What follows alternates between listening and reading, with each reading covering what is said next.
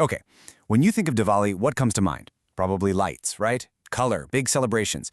But what if I told you that hidden inside this ancient festival is, well, it's an incredible, often overlooked framework for building wealth. Yeah, behind that festive glow is a brilliant financial reset button. I know. That sounds like a bold claim, right? But the idea here is that Diwali is so much more than just a holiday.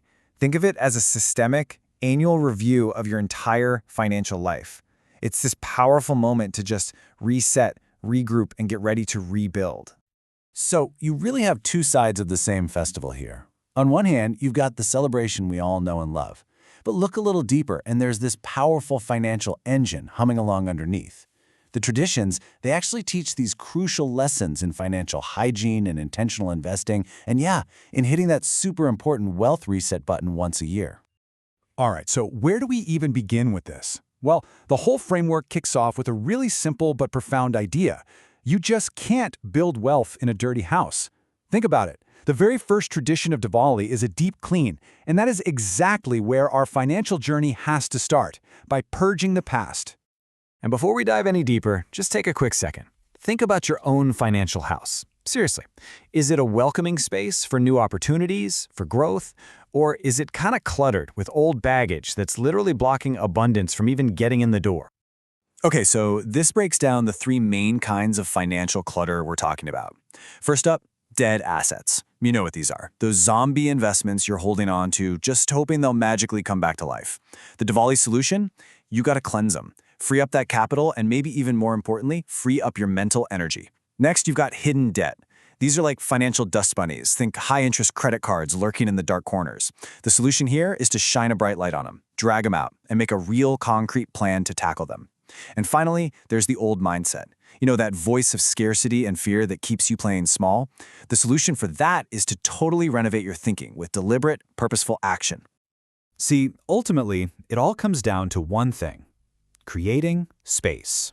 You simply cannot invite new prosperity into a life that's already jam-packed with investments you don't believe in, debts you're actively avoiding, and a mindset that's holding you back. That vessel, it has to be emptied out first. So, the house is clean? What's next? Well, part 2 is all about setting the intention.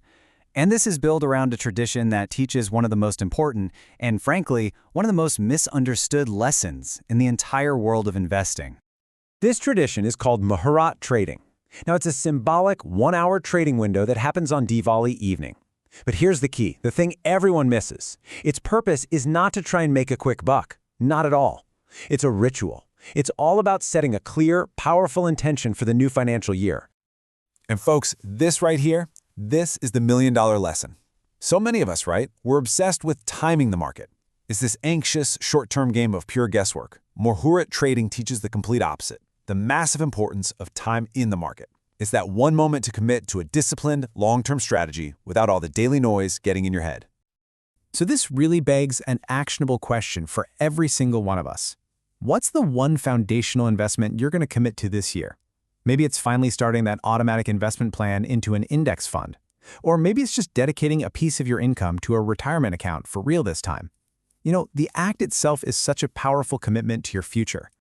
And that brings us right to the final piece of this puzzle. Part 3, investing in enduring value. This takes that well-known tradition of buying gold on Diwali and reinterprets it for our modern financial world. It's a really cool take. So, traditionally, buying gold is all about acquiring a symbol of eternal value, right? But in today's world, gold can mean so much more than just the metal. I mean, sure, there's traditional gold, the classic hedge against uncertainty. But what about human capital gold? We're talking skills, courses, investing in yourself. That's an asset that just keeps appreciating and can never, ever be taken from you. And then there's what we could call modern utility gold. Things like ETFs or mutual funds. They still honor the tradition, but they add some much-needed liquidity and simplicity to your portfolio. Okay, so let's bring all three of these parts together into a single, cohesive framework. What this does is it transforms a festival into a practical, repeatable plan for building real, lasting prosperity. Your annual reset? It's waiting for you. And it's such a simple but powerful sequence. Step 1, you purge the past. Clear out all that financial and mental clutter. Then, with that beautiful clean slate, you set your intention. You commit to a long-term plan instead of just chasing short-term gains. And finally, you invest in enduring value. actually building a portfolio of assets that are going to matter for your future. And you see, that's what makes this whole thing so much more powerful than your typical New Year's resolution. This isn't just some wish you make. It's a ritual. It's an annual, systematic process that's literally designed to build real, lasting wealth. So, as the lights of the festival start to glow, I want you to see them as a call to action. Your financial deep clean, it can start right now. Which means, really, there's only one question left. What's the very first piece of clutter you're going to throw out?